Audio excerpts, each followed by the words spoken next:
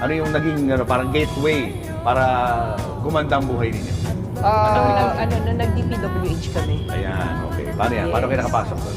Bali, nakapasok kami doon, nag-bid lang at saka ang opportunity at ginanda lang namin po ang gawa namin, tuloy-tuloy. Maliit na project to. Maliit lang po, hanggang lumaki hanggang nagtuloy-tuloy po ang mga experience namin, hanggang naging malalaki na po yung mga Paano projects yung namin. nakuha yun sa DPWH? Di ba ang daming, ang sabi nga nila, maraming bidding, red tape, mga ganun. Hindi, bid lang po. Bid Paano lang kayo po. nakalusot doon sa bidding?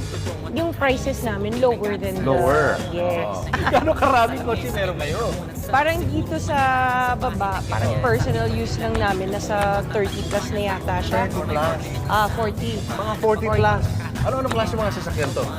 Usually gusto namin yung mga SUVs para kasi apat yung mga anak namin. Isang sakayan lang kami lahat, parang nasa isang sasakyan. Nagagamit niyo ba lahat yan? Yun, hindi na nga.